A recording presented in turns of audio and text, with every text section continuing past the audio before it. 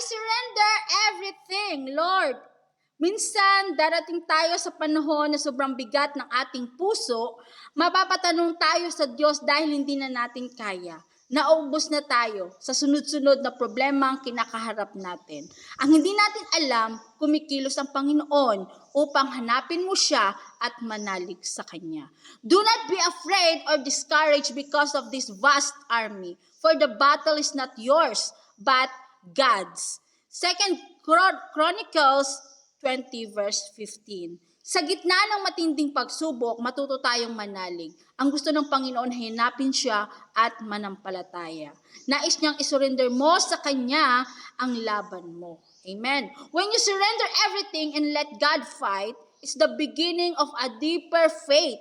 Ito ang simula ng bagong ikaw na kasama ang Diyos. Kapatid, kung nasa gitna ka ngayon ng problema, kung pagod ka na, if you feel like giving up, may Diyos na naghihintay sa iyo at nais niyang marinig ang mga salitang, Lord, tinatanggap kita bilang Panginoon at aking tagapagligtas.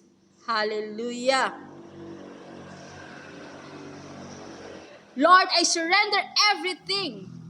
Kayo na po ang bahala na kumilos sa buhay ko. At doon mo mararanasan ang kapangyarihan ng Panginoon.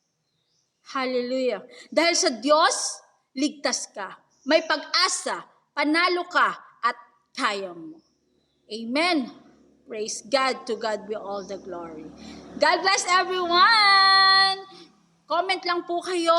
Just type, yes, I'm not giving up because God loves us.